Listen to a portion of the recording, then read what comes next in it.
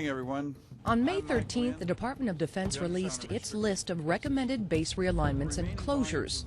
The resulting outcry from communities across the United States was a response military leaders anticipated.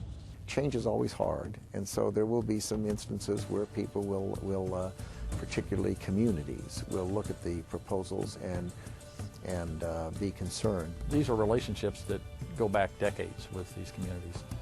It's a painful process because both the Department of Defense, the services, and the communities make a lot of effort to work well together, support one another. And so we're going to have to work our way through that. But working through that won't be easy. Thousands of Americans may face drastic changes in their lives, and political representatives are voicing the collective concerns and positions of those Americans and their communities. Two among those worried, Connecticut, which may lose the New London submarine base, and South Dakota, which faces the possible closure of Ellsworth Air Force Base. It's wrong for our country, it's wrong for the Navy, it's wrong for our national defense and homeland security, and it's wrong for Connecticut. We're not going to throw in the towel. We're going to do the very best we can to convince BRAC that this is a mistake, see if we can get them to reject this recommendation from the Department of Defense. The unenviable task of evaluating the Department of Defense's recommendations falls to the 9-member BRAC Commission, led by former Secretary of Veterans Affairs Anthony Principi. There's a lot of cynicism anytime you want to close a military base or realign a military base. By having an independent body come in and take a look at the recommendations and either bless it or say that the Secretary deviated substantially from the criteria set out in the law, I think people will respect the decision. There are 8 congressionally mandated criteria the Commission must consider.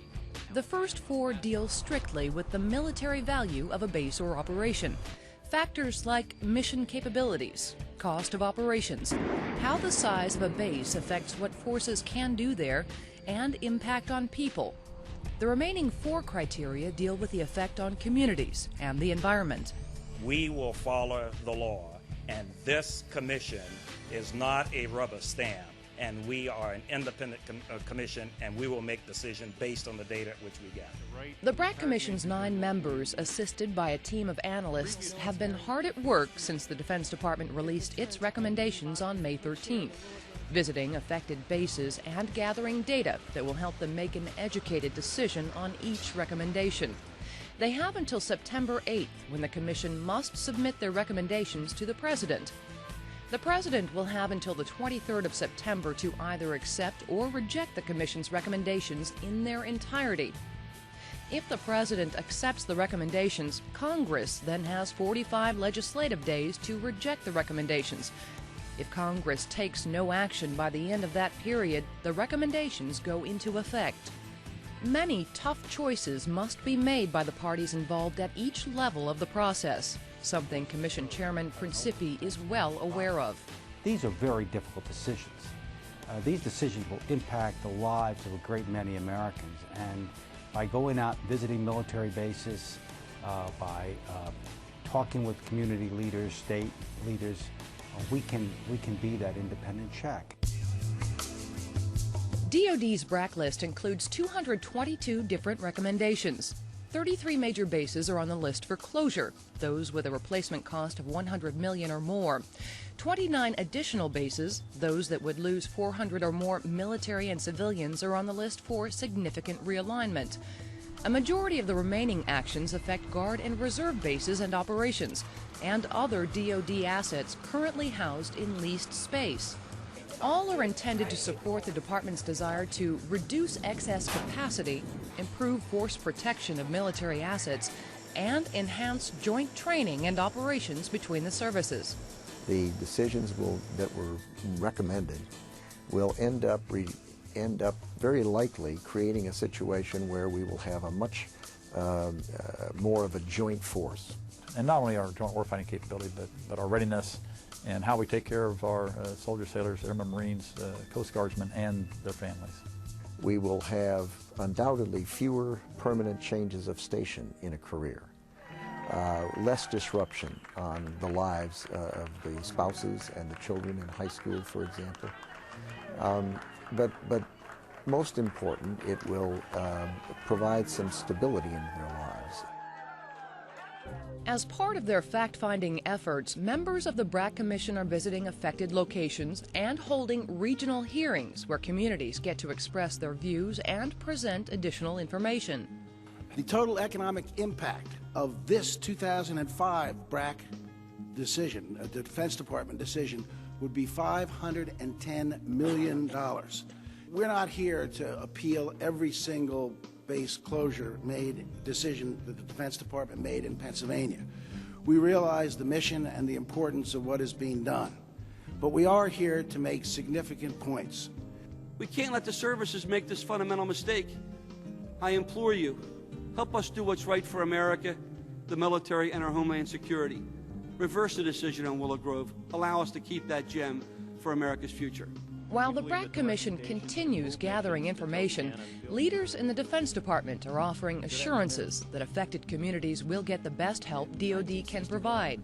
The Secretary has pledged, the service chiefs have pledged that they will bring all their capability and resources to bear on trying to ameliorate the hardship that will occur and to help with plans for the future for those installations that will be closed. One of the key goals for the 2005 Base Realignment and Closure process is increasing joint training and operations, and is the reason behind many of the recommendations.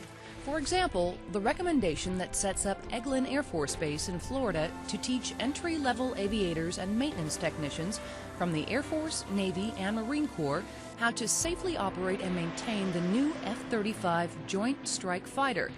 The first F-35 will be delivered in 2008. DoD's desire to consolidate operations to enhance jointness may also affect several major stateside medical operations. Lieutenant General George Peach Taylor headed the group that developed the medical-related recommendations. The major things that we did is to ensure that to create an investment in certain locations in new infrastructure. One example is consolidating medical functions of the Walter Reed Army Medical Center with the National Naval Medical Center in Bethesda, Maryland, and renaming the combined operation the Walter Reed National Military Medical Center. Meanwhile, Walter Reed's primary and specialty care services would move to a new 165-bed facility at Fort Belvoir. And then that allows us to close the post that was formerly Walter Reed. A similar scenario in Texas would move inpatient operations at the Air Force's Wilford Hall Medical Center to the nearby Brooke Army Medical Center and rename it the San Antonio Regional Military Medical Center. And then replacing the Wilford Hall inpatient complex with a very large first-class outpatient center with ambulatory surgery capability. A majority of DoD's BRAC recommendations deal with National Guard and Reserve bases and units, and those closures may mean many Guard and Reserve forces have to travel farther to serve. I will freely admit to you that after the travel exceeds a reasonable limit, it does have a negative effect. So what we will work very hard to do is make sure that we have joint opportunities all dotted all across the landscape of our country where you may be able to not serve in exactly the same capacity and unit you're in now, but you may be serving in another unit in a slightly different capacity, and that lets the individual decide how far to travel. Also under scrutiny is the fact that the Air Force didn't talk with state governors about its plans for Air National Guard units. The department did not even consult or engage the governor or the adjutant in decommissioning of this unit, which is against the law. The Pentagon is standing by its recommendations, saying its actions meet all legal requirements. The department does not believe that any statute limits its authority to make recommendations pursuant to the Defense Base Closure and Realignment Act. The BRAC Commission has asked the Justice Department for a ruling, and the Pentagon is urging the Commission not to take action on its recommendations until that ruling is made. We are working with the Office of Legal Counsel to make sure that this happens on a timely basis to assist the Commission. Potential closures often get the most attention. However, there are some locations that may grow. Fort Bliss, Texas, for one. The base stands to gain more than 11,000 military and about 150 civilians. Add in their families, and the growth could be as many as 40,000. Gus Rodriguez, an El Paso businessman and member of the City Chamber of Commerce, was eager for the day the plan was made public.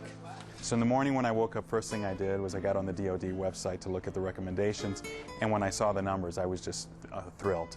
The numbers were a surprise to fellow businessman Armando Reyes. Wow, that is a lot of people, but we could handle them, of course. But 40,000 is a lot of people. I'm sure that we city fathers need to really look at this in depth. El Paso and Fort Bliss leaders have been looking at the prospect of growth, in fact, inviting it for some time. As a community, we have been out there proactively for years and years, working beyond the installation, making sure that many people knew what we have here as an asset. And the base and city plan to make sure they're both ready to smoothly welcome all comers. We have spent an inordinate amount of time drilling those procedures, those processes, coaching and teaching our local community in how to make up areas where we don't readily have services available on Fort Bliss. Our school districts have been engaged, our mayor and city council have been engaged, making sure we have the right infrastructure in place. We've involved the home building community. We're ready. Room to grow, both within the community and in military operations, are the two main reasons Bliss leaders believe their base was chosen. We have 1 million acres of training space with no environmental limitations, plenty of water despite being the fact that we're in a desert, and we're surrounded by a great community of 650,000 people. That's probably the reason we came out #1 in military value across the Army. But DOD's BRAC recommendations for Fort Bliss aren't all good news. For more than 60 years, the base has been known as the home for air defense artillery training. That would change. The plan moves the Air Defense Artillery Center and School, plus 1 Air Defense Artillery Brigade to Fort Sill, Oklahoma. Some 5,000 military and civilian positions would move with them. That recommendation did come as a surprise. I mean, we've been making the case. We wanted additional maneuver units, and we got that. But what we didn't anticipate was that there would be the realignment recommendation to take air defense out of here. If DOD's recommendations for Fort Bliss go into effect, the base will be transformed into a major mounted maneuver training installation. Inbound units would include the 1st Armored Division and other assorted units from Germany and Korea, supporting the DOD's transformation into a lighter, more agile force. For more than 60 years, hundreds of thousands of young American soldiers trained for war here on the beaches and ranges of Fort Ord, California. At the peak of its operations during World War II, more than 50,000 troops were stationed here. Acquisition of additional land for training and construction of new buildings to house all those troops laid the groundwork for the post that eventually encompassed more than 28,000 acres. Today, more than a decade after the closure of Fort Ord, many of those World War II buildings still stand. Retired Army Colonel Ila Matee McCutcheon, now mayor of the city of Marina, which borders the former Fort Ord, was in charge after the base closed. The closure took place on the 1st of October of 1994, and I came in the next week to actually implement the closure and the turnover of property. Colonel McCutcheon did that job for 3 years. The successes are numerous. Turning over schools immediately, that's one of the first transfers I made.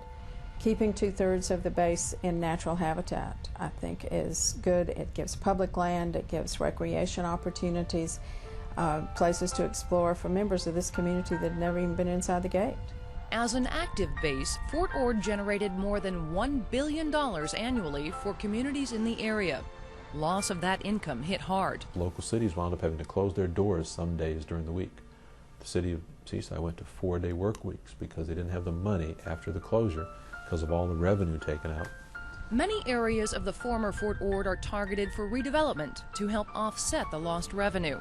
The job of deciding the use of those areas belongs to the Fort Ord Reuse Authority, known as FORA.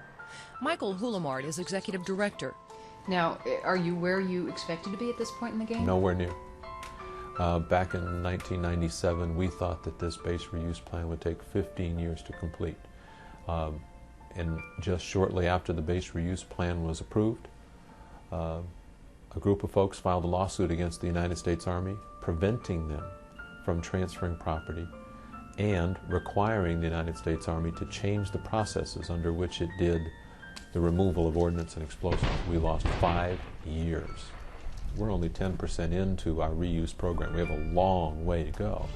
The environmental cleanup, particularly of unexploded ordnance, is one of the greatest challenges.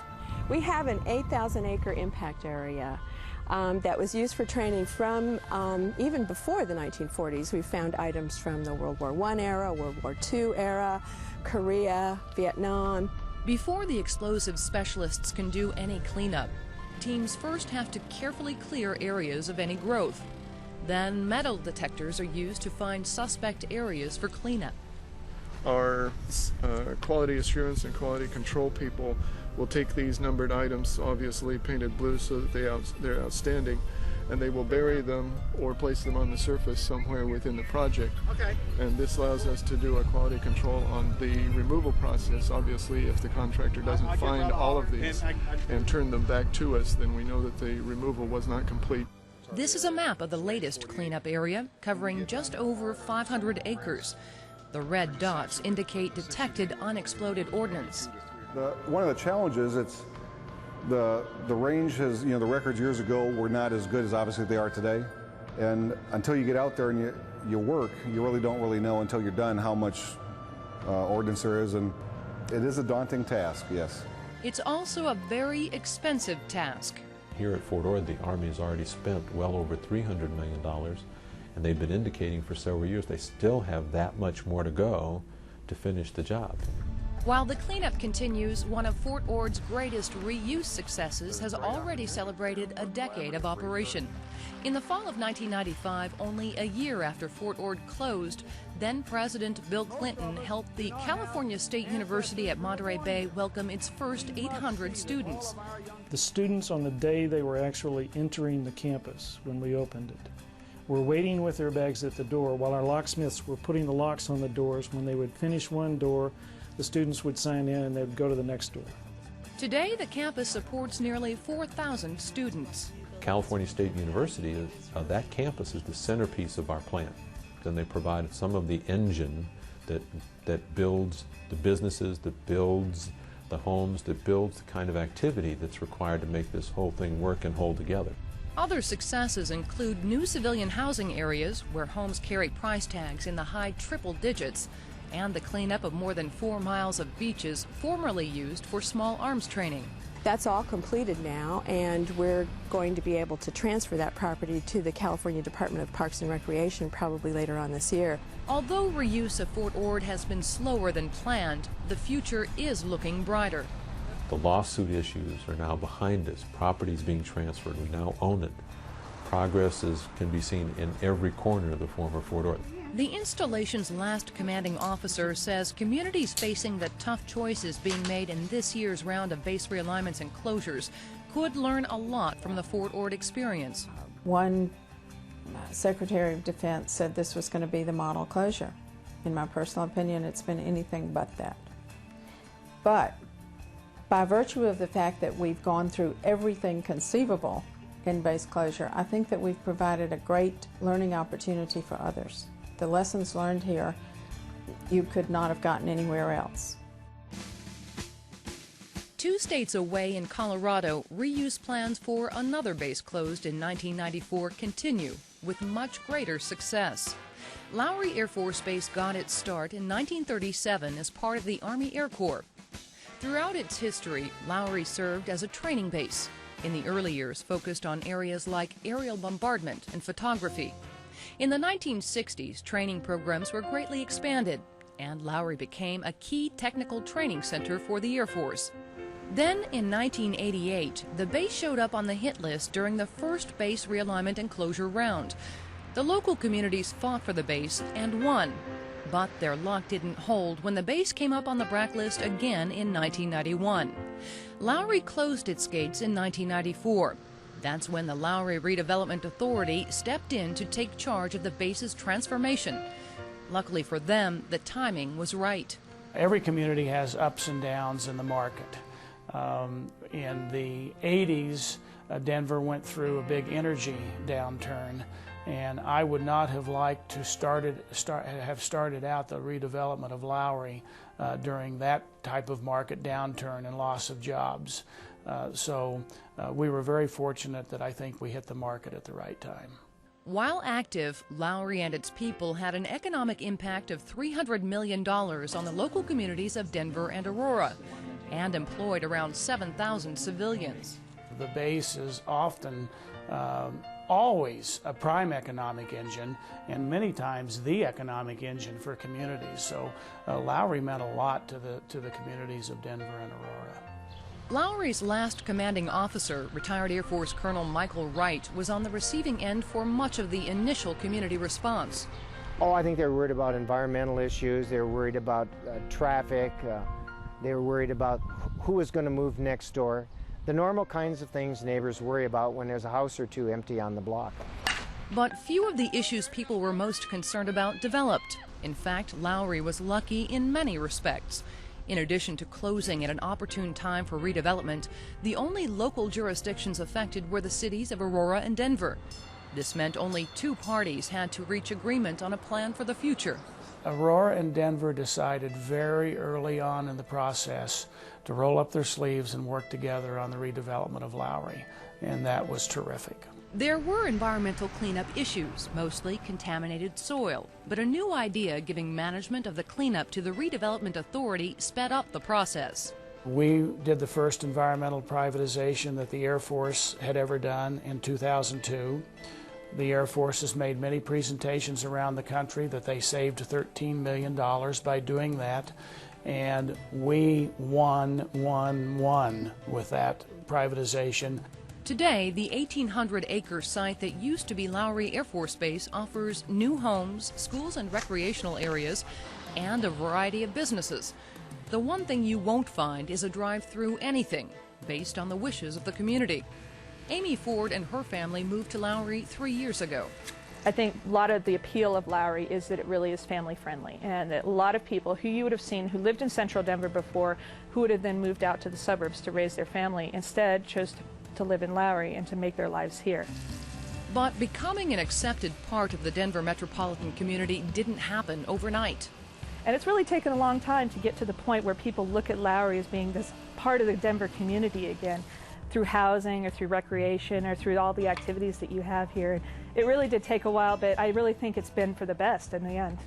Although most of the old military buildings had to be torn down to make room for redevelopment projects, some have been kept, like this old hangar, now an ice skating rink, and the old headquarters building, converted into upscale apartments. In the first 10 years of redevelopment, projects here had a $4 billion impact on local communities. The process is now 80% complete and 3 years ahead of schedule.